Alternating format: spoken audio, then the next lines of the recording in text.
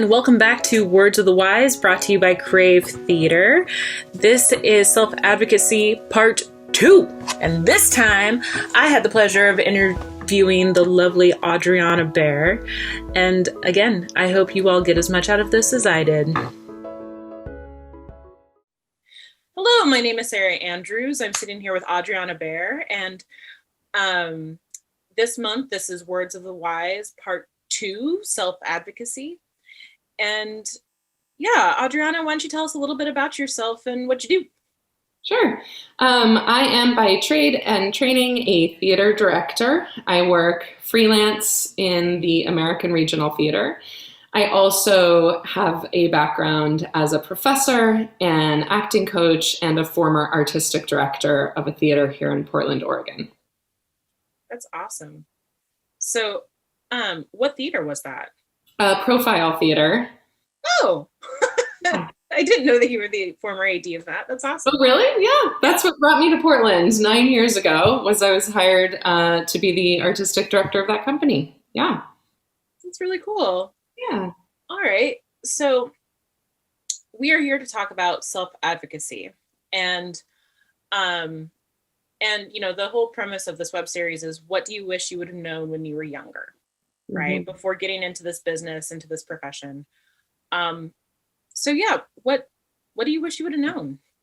Well, I really love this question because I think about it all the time, especially this year, about what I wish I had known before when I was younger, but also just as even not that long ago, even 2 years ago, right? I wish I had been thinking about some of these things. I'll share a little bit as a story. So when I first, so I studied theater undergrad. I studied theater graduate school. I have an MFA in directing from Columbia. And somewhere in my early 20s, I started thinking about what I wanted to consider when saying yes to a project. And I came up with a kind of rule of thumb for myself that a year or about 6 months after grad school, I realized how important this was, because I found myself working in projects that I really didn't care for, just to say that I had something that I was doing, right? So I was sort of resume building with a fervor, and I stopped one day and thought, this isn't working for me because it's not satisfying in any way. So I have this rule that I like to kind of use for myself and also put out to my students and any sort of young artists that I'm talking to.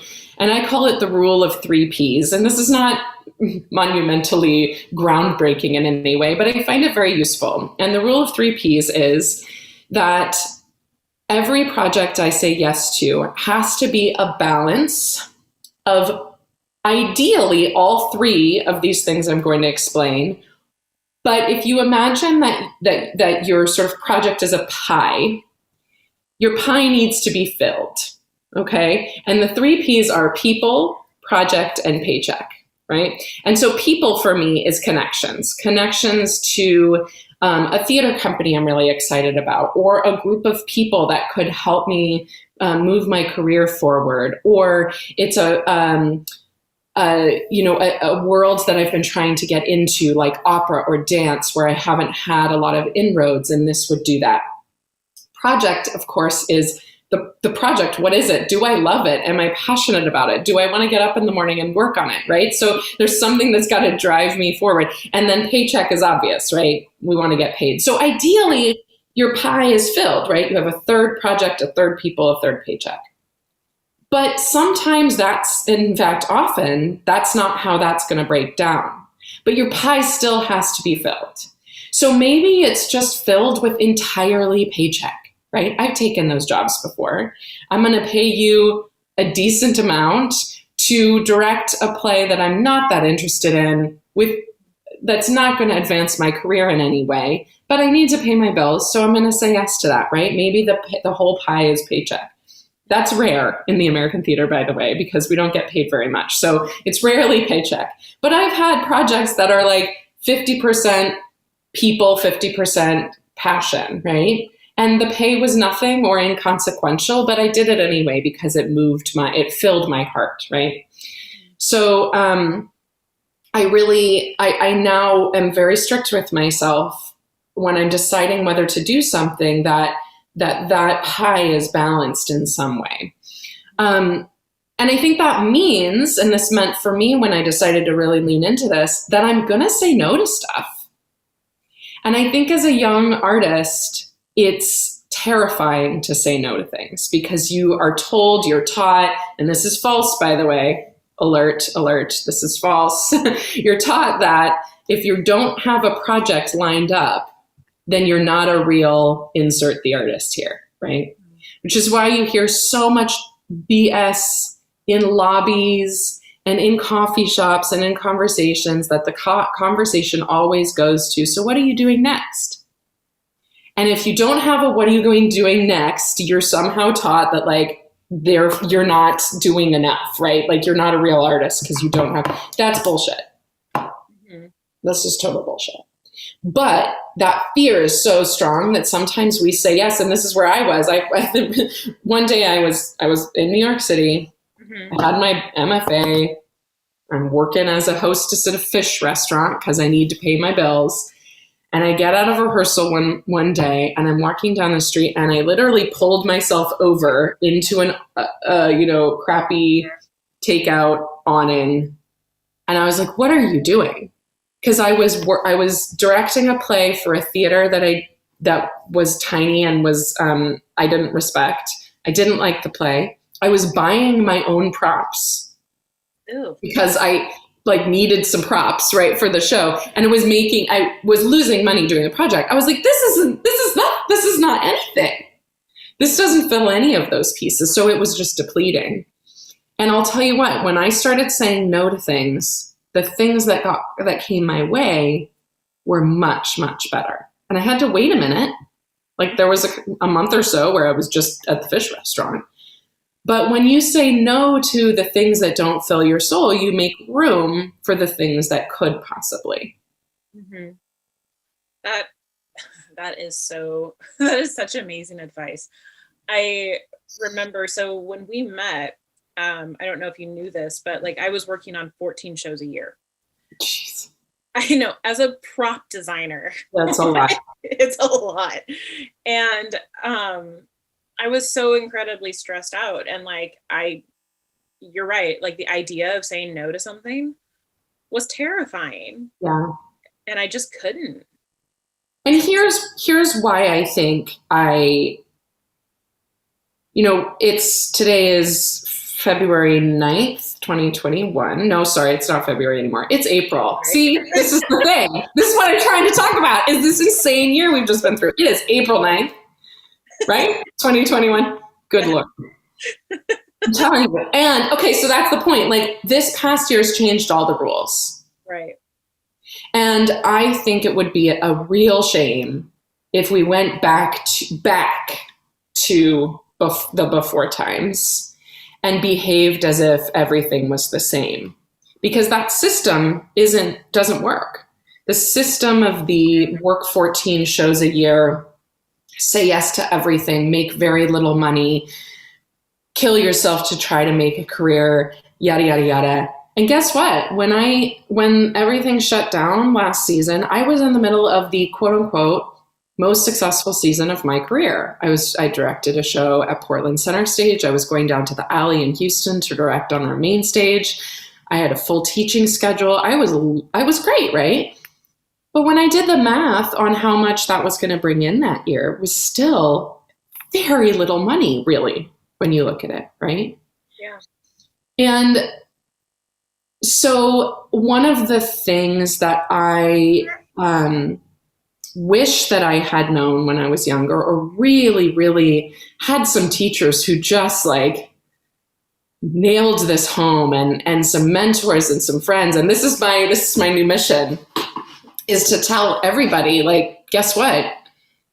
You don't have to just be one thing. Mm-hmm. It's okay.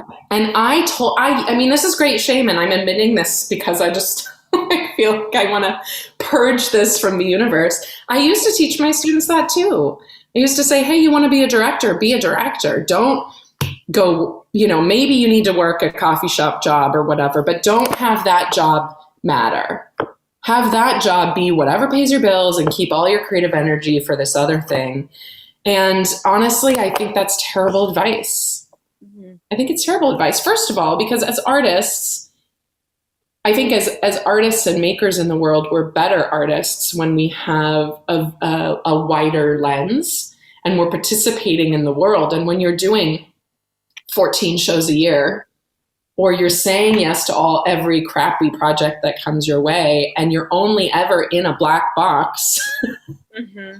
or a white box, but a box inside, where it's nighttime all the time, and you're not actually going out there and seeing what the world really needs or is, then eventually you stop being able to talk to normal people. And then what are you doing with your audience, right? It's like, so as an artist, it's like, you gotta get out there, I wish that instead of taking every job that I'd ever taken, I'd spent an entire, what if I'd spent one of the years that I was living in New York not saying yes to every project, doing my job, and then going to the Met every day, or MoMA, or seeing other art, or just walking down the street and going to a Mets game where I lived in New York forever. I never went to a baseball game.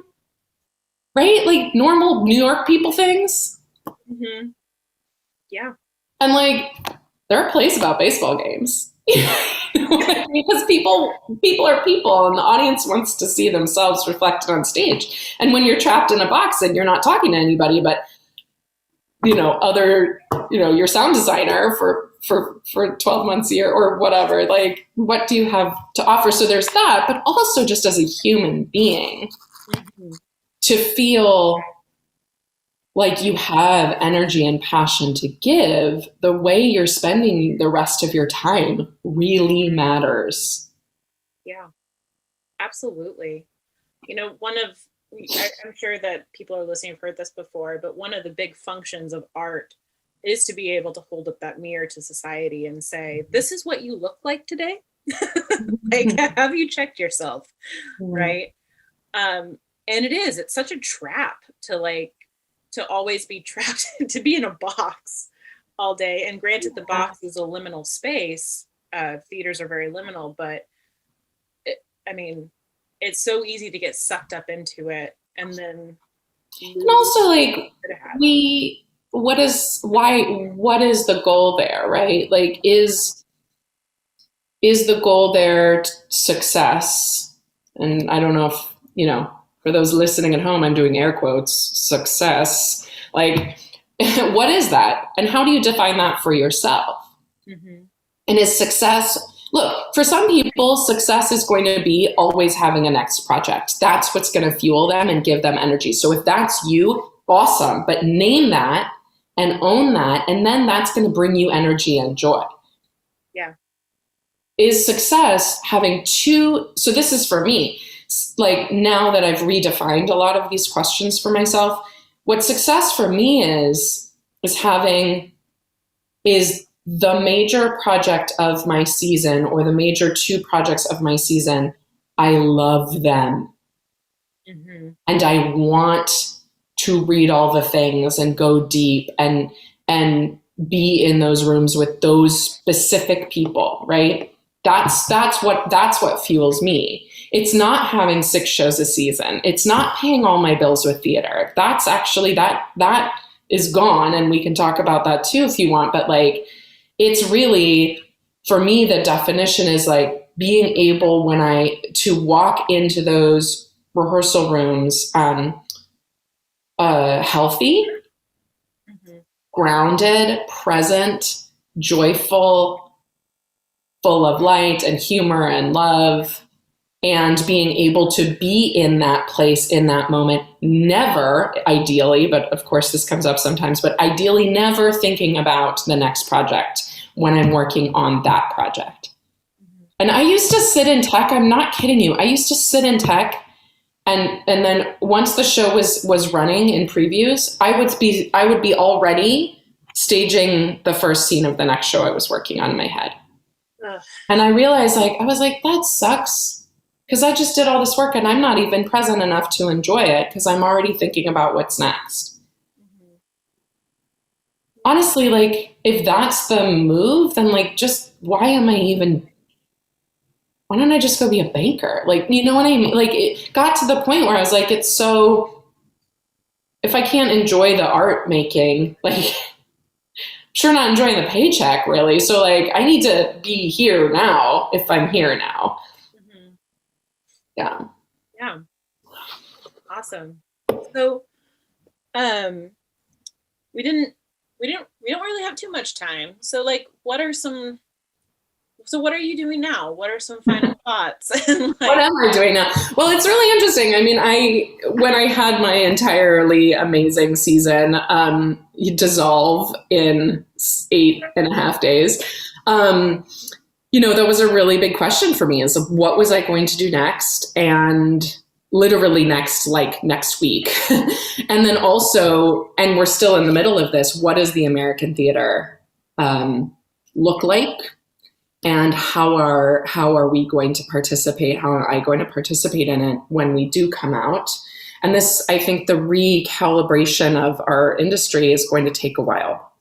Mm-hmm. So I actually did a major COVID pivot, and I partnered with an organic hemp CBD company, which sounds insane as a departure from theater. But what I discovered was that another big passion of mine, I have two other big passions. One is mental health wellness, because of my own personal struggles with anxiousness and depressive thoughts for years and years, and also the many people I see around me in our industry who also struggle with that. And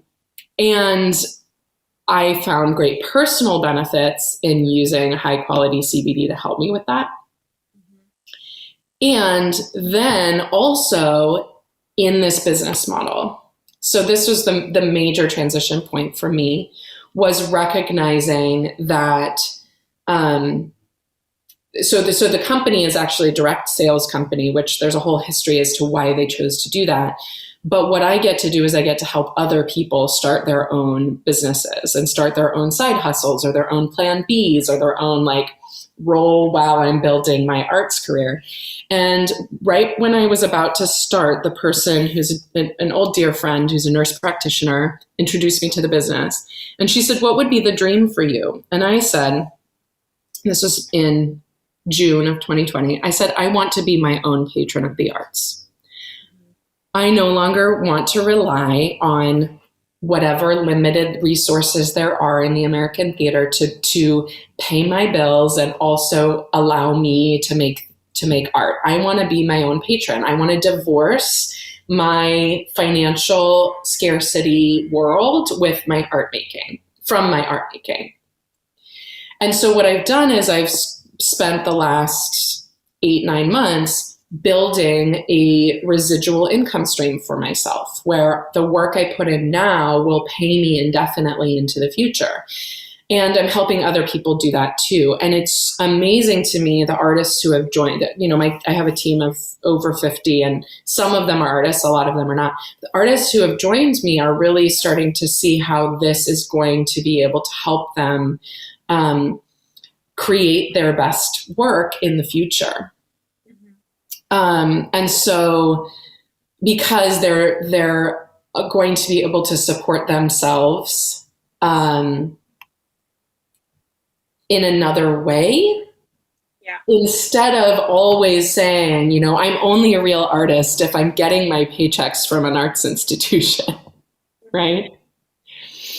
So that's what I'm doing now, and I'm spending a lot of time doing it, and I absolutely love it. And it's such a weird thing. It's like, I don't have a business degree, I don't have a science background, but now I spend a lot of my time inside of the worlds of health and wellness and science and business. But it's also basically the same thing as being a theater director. You get people in a room, you help them, you can help translate and communicate, you help people achieve their goals, and then you get to stand back and watch as they have success as well. And it's incredibly fulfilling. So I think that the message here is is there something else that you can also do, right? It's not an and, it's not an or, it's just an and. Like, is there something else that you can also do that brings you joy, that brings you balance, that brings you abundance, that can go hand in hand with the creative work that you want to do? Because I don't think the American theater is going to fix itself. No. So. No, it's not. There is a very long history as to why it is the way that it is, but that is a very long history that we do not need to get into today. Yeah. All right. Well, think. Is that true? Yeah, I'm sorry, Sarah. It's okay. 1 minute. Okay. Yeah. Real life coming to the door. Pandemic times. Well, thank you for your time today. And it was so great to sit here and talk to you for a little bit. And yeah, you have a wonderful rest of your day. Thank you. And thank you for inviting me to monologue for a while. No worries. Okay. Bye. Once again, thank you so much for watching this episode. You can support Crave Theater and all of its endeavors by subscribing to this channel or by donating at cravetheater.org. Again, thank you so much for your time and have a wonderful day.